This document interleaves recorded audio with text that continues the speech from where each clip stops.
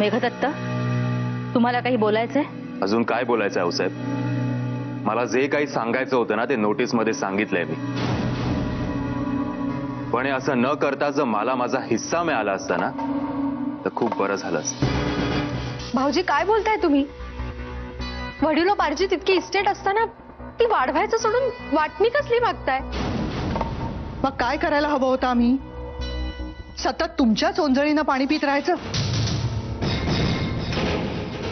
आम्हाला नेहमी गृहीत धरलं गेल्यानंतर काहीतरी वेगळा विचार करावा लागणारच होता. हे काय बोलते तुम्ही थोरल्या वहिनी? या घरात आजपर्यंत तुमचा कुठला शब्द खाली पडलाय सांगाल?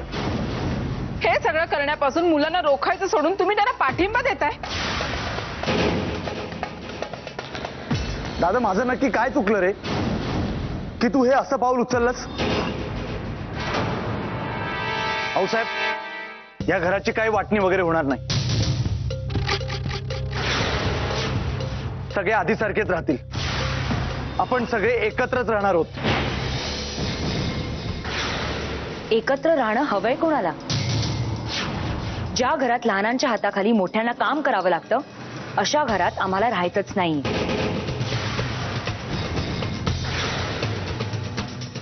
रोमिला, तू या विषयावर पुढे काही बोलली नाहीस तर जास्त बरं पडेल.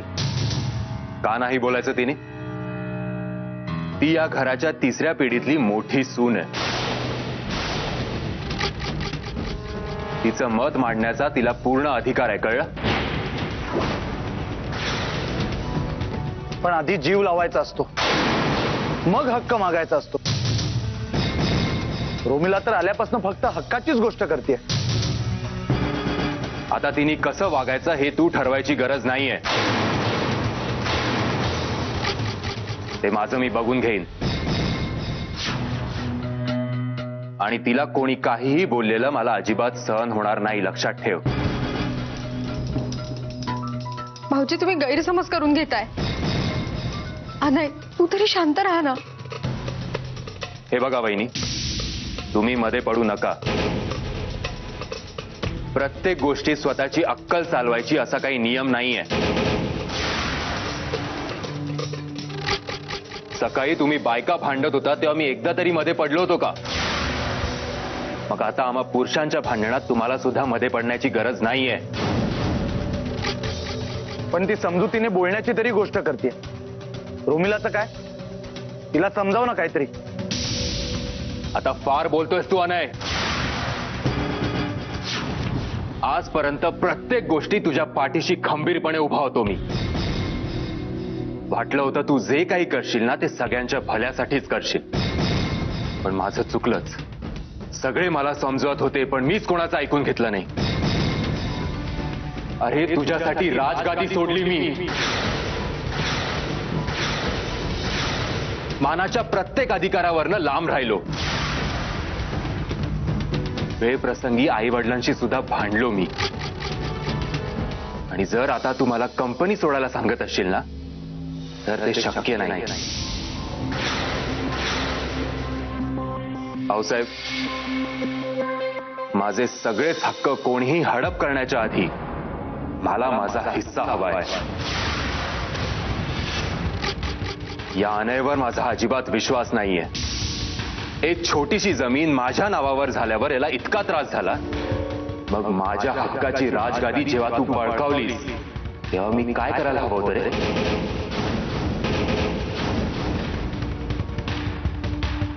मला न्याय हवाय भाऊसाहेब. पण मी कधीच राजगादीचा सोच ठेवला नव्हता. भाऊसाहेबांनी जे सांगितलं तेच मी केलं. वा नाही वा.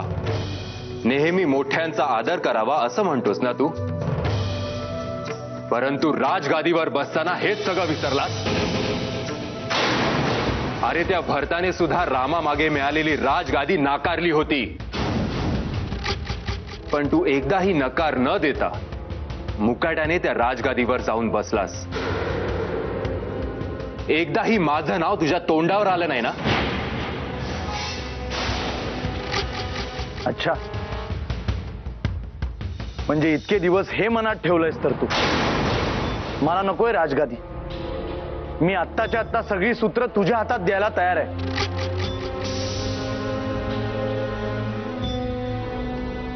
म्हणजे माझ्या हक्काची गोष्ट तुम्हाला भीक म्हणून देतोयस? अरे नकोय तुझी भीक. मला माझ्या हक्काचा वाटा हवाय बस. बस झालं. सरनोबत घराण्यामध्ये आतापर्यंत झाला नसेल असा ऐतिहासिक निर्णय आज आम्ही घेतोय बघा. मेघदत्त सरनोबत आणि अनय सरनोबत यांच्यात घराण्याच्या स्थावर जंगम मालमत्तेची समसमान वाटणी होईल.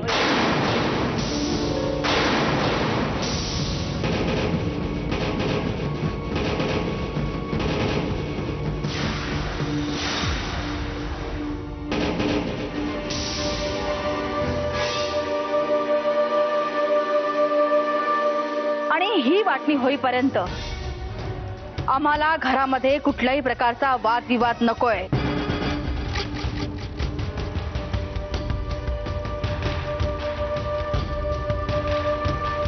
वाव, वाटणी होणार? या घरात आल्यापासून पहिल्यांदा काहीतरी माझ्या मनासारखं घडतंय. चला, ऍट लास्ट माझं नशीब माझ्या बाजूने झुकलंय. आऊसाहेब, तुम्ही हा निर्णय रागाच्या भरात घेताय ना? हे बघा, आम्हाला मान्य आहे आम्ही सगळ्यांनी खूप चुका केल्यात. भरल्या घरात आम्ही भांडलोय. तुम्ही दिलेले संस्कार, तुम्ही लावलेली शिस्त आम्ही विसरलोय. पण आम्हा कोणालाच एकमेकांपासून वेगळं राहण्याची इच्छा नाहीये. प्लीज आऊसाहेब, हे सगळं थांबवा. थांबवा हे सगळं. हो, सरनोबत कुटुंबाचं नाव खूप मानाने घेतलं जातं. खूप आदर आहे आपल्या सगळ्यांना. तो मान धुळीला मिळेल आऊसाहेब. प्लीज असं नका करू, प्लीज. रेवा, बाण सुटलाय, तो आता परत येणार नाहीये जी. आणि हा निर्णय आम्ही कुठलाही मनात राग धरून घेतलेला नाहीये, तर पूर्ण विचार करून घेतलाय बघा. आणि आता त्यात बदल होणार नाही जी.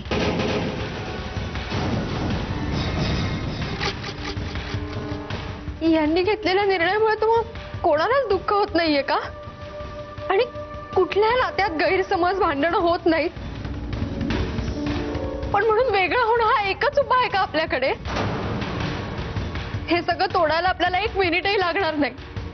पण हे सगळं जोडण्यासाठी आऊसाहेबांनी आणि अण्णासाहेबांनी किती कष्ट घेतले ते विसरणार आहोत का आपण? थोरल्या सासूबाई, सगळ्यात आधी या घरात माप ओलांडून तुम्हीच आलात ना. तुम्ही मोठ्या आहात सगळ्यात. तुमच्याच आशीर्वादाने आम्ही सगळ्या बायका या घरात आलो. पण तुम्ही पुढे येऊन नाही थांबवू शकत का हे सगळं? मग इतकी वर्ष काय केलं आम्ही? स्वतःचं मन मारलं, पण ह्या घरातला एकोपा टिकवला. आता इथून पुढे आमच्या हातून जास्त काही होईल असं नाही वाटत आम्हाला. रेवा, सगळ्यांना जाब विचारल्यापेक्षा अनेलाच विचार ना. माझं तुझं करायला तर त्यानेच सुरुवात केलीये.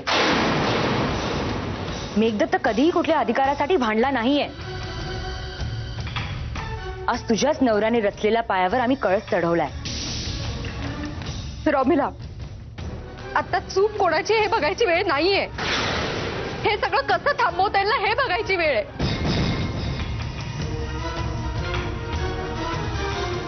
भाऊजी, तुम्ही तर मनाने आणि मानानेही मोठे आहात. आम्ही चुकलो असू. अरे पण वेड्यासारखा वागला असेल तुमच्याशी. पण तुम्ही मोठ्या मनाने त्याला माफ नाही करू शकत. हे सगळं थांबवू नाही शकत भाऊजी. रेवा, बास झालं तुझं रडणं. प्रत्येक वेळेस मेघदत्त राजेंना वेठीला धरणं सोडून दे आता. आऊसाहेबांनी त्यांचा निर्णय सांगितलाय आणि आम्ही तो मान्यही केलाय. पण निदान काकासाहेब आणि बाबांना घरी येईपर्यंत तरी थांबवा हा निर्णय प्लीज. त्यांना पण नाही आवडणार घराचे असे तुकडे पडलेले. प्लीज, ते काहीतरी मार्ग काढतील तोपर्यंत तरी थांबा. तेव्हा थांबव तुझा आटापिटा. आता हे कोणी अडवू शकणार नाही. त्यांच्या येण्याने सुद्धा काही फरक पडणार नाही हे तर. तर अशा निर्णयाचा पुरुषांवरती काहीच परिणाम नाही होत. जीव तुटतो ना तो बायकांचा. हे व्हायला नको होतं हे खरंय, पण आता हेच घडणार आहे हेही खरंय. सावध स्वतःला. नाही नाही स्वीकारणार मी. या घरात आल्यापासून मी तुझ्याकडे काहीच मागितलं नाहीये ना. मग आज मागते हे घर आणि इथली सगळी माणसं मला पुन्हा एकत्र व्हायला हवीत. मला नको ही राजगादी, नकोय कुठचेही अधिकार. मला फक्त ही माणसं हवी आहेत, पुन्हा एकत्र हवी आहेत ही सगळी लोक. देशील ना मला हे? रेवा आवर स्वतःला. आता सगळं हाताबाहेर गेलंय. तू तुझ्या जीवाला किती त्रास करून घेतलास ना, तरी आता परत आधीसारखं काहीच नाही होणार ग. काच तडकली ही. तू किती जोडायचा प्रयत्न केलास ना, तरी त्यात पडणारं प्रतिबिंब हे विचित्रच दिसणार. रेवा, हे सगळं बोलून तू आमचा वेळ फुकट घालवतेस. तुझ्या नवऱ्याला हे सगळं मान्य आहे, तर तू आमच्याकडून काय अपेक्षा करतेस? अजूनही तुला काही प्रयत्न करायचे असतील तर तू एकटीच कर. चला आई साहेब.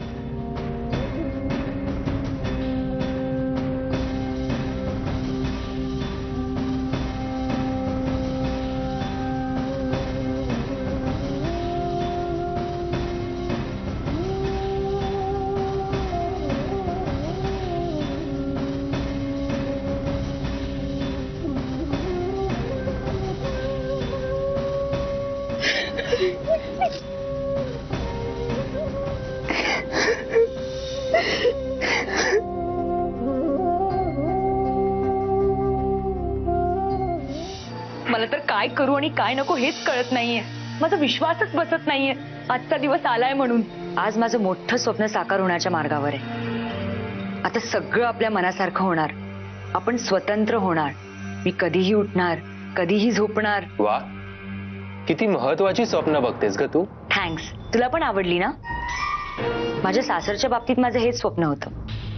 मी इथे आली तेव्हा मला वाटलं की ते कधीच पूर्ण होणार नाही, पण बघ, देवाला माझी दया आलीच. अगं कुठे कोणाला माहितीये देवाला दया आलीये का नवीन कुठलं संकट येणार आहे ते? का ग, काय झालंय? मी यांना फोन केला होता ही बातमी द्यायला. अरे वा, खुश झाले असतील ना ते? भडकले माझ्यावर. म्हणाले कोणी सांगितलं होतं मी तिथे नसताना हे पाऊल उचलायला. अगं पण तेच आधी प्रयत्न करत होते ना वेगळं राहण्यासाठी. हो, पण आपण त्यांच्यासारखा विचार नाही ना करू शकत. म्हणाले आऊसाहेब इतक्या सहज तयार झाल्या म्हणजे त्यांचा नक्की काहीतरी उद्देश असणार. म्हणजे सगळ्या चांगल्या कंपन्या त्या अनयच्या नावानं आधीच बाजूला काढून ठेवणार आणि सगळ्या पडेल बुडणाऱ्या कंपन्या तुझ्या झोळीत टाकणार. शिवाय आता हे इथे नाहीत तेव्हा आऊसाहेब त्यांची मनमानी करणारच. मग आता आपण काय करायचं?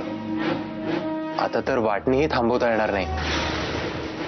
नाही, थांबवायची नाहीच, फक्त आपला मार्ग बदलायचा. आपला अडेल तट्टूपणा सोडायचा आणि थोडं समजूतदारपणाचं सोंग घ्यायचं. शांतपणे आऊसाहेबांचा मान राखत त्यांच्या मनात काय आहे ते काढून घ्यायचं. आणि एकदा का ते कळलं ना मेघदत्त, की मग त्यांच्या समोर असा प्रस्ताव ठेव की तू मोठा असल्यामुळे तुझी वाटणी आधी घेणार आणि या मधल्या काळात सगळ्या कंपन्यांची कागदपत्र नीट तपासून घे. म्हणजे मग आपल्याला कळेल तू नेमक्या कुठल्या कंपन्या मागायच्या. वाय साहेब, काय डोकं वापरले तुम्ही. हो, पण तू तुझ्या मूर्खासारख्या वागण्याने सगळ्या प्लॅनवर पाणी फिरवू नकोस म्हणजे झालं. नाहीतर शेखी मिरवायला जाशील आणि बोलून बसशील सगळं. तू विचार करून ठेव हे सगळं कसं करायचं त्याचा.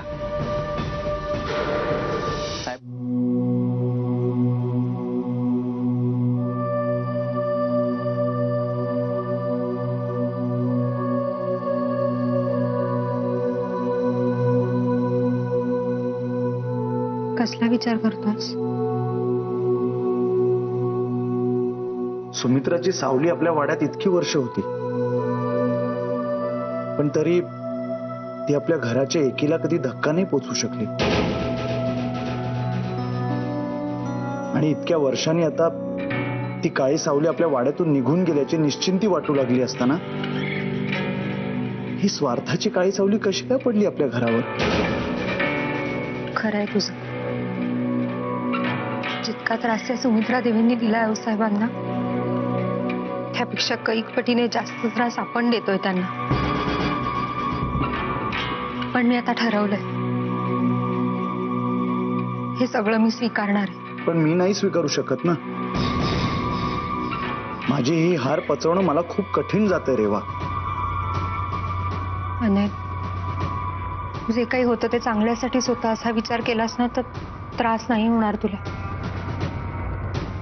मला टोमणा मारतेस ना मी हे सगळं थांबवण्यासाठी अयशस्वी ठरलो म्हणून? तर कोणालाही दोष देऊन परिस्थिती कुठे बदलणार आहे. पण अनय मला तुला एक गोष्ट सांगायची. त्या जमिनी बाबतीत जर एकांतात तू भाऊजींशी बोलला असतास ना ते प्रकरण इतकं चिघळलं नसतं. एक पाऊल चुकलं ना तर पूर्ण वाट चुकते अनय. आणि आऊसाहेबांना तडकाफडकी हा निर्णय घ्यावा लागला कारण आपण दुसरा कुठलाच पर्याय त्यांच्या समोर ठेवला नव्हता. आपल्यालाच इतकं वाईट वाटतंय म्हटल्यावर त्यांना किती वाटत असेल ना. तेव्हा मला सुद्धा हीच काळजी वाटते. ह्या परिस्थितीत सुद्धा आऊसाहेबांना कसं सुखी ठेवता येईल ह्याचाच विचार करतोय मी. पण आता काय करणार होता ते? आपल्याकडे आता काहीच नाहीये.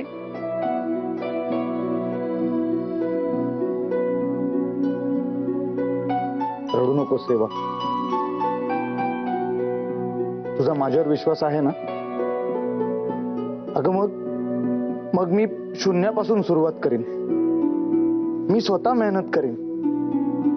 आऊसाहेबांचा आईबाबांचा दोघांचा आशीर्वाद आणि जर तुझी साथ असेल ना तर मी सरनोबतांचं सगळं वैभव परत आणून दाखवीन. अगं या वाड्यासारखे 56 वाडे उभे करीन शिपुरापुरात. माझ्यावर विश्वास ठेव. नको रडू. आणि तू सगळं पुन्हा उभं करशील. या वाड्यासारखे अनेक वाडे उभे करशील. पण या वाड्यात राहणारी माणसं कशी आणणारच तू? मला ती माणसं हवी येतात. ज्या घरात मी माप ओलांडून आले होते ते घर हवंय मला.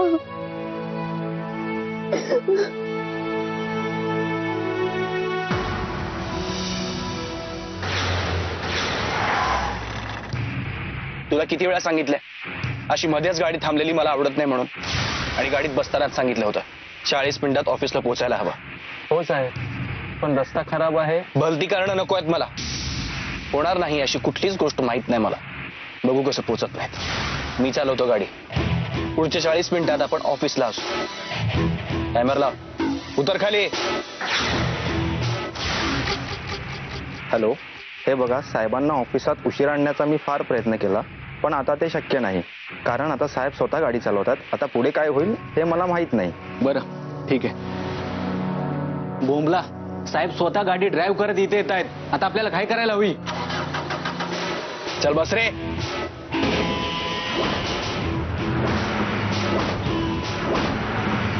त्या ड्रॉवर मध्ये बघा सगळं प्रेझेंटेशन आपल्याला रेडी ठेवायला हवंय.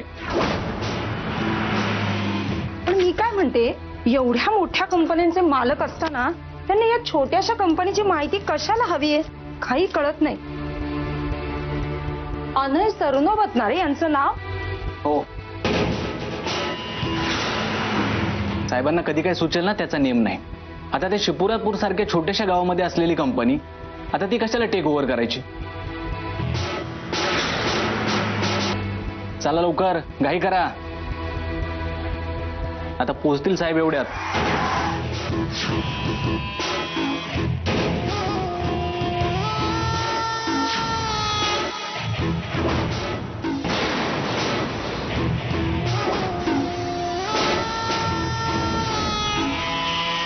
किती वेळ लागला?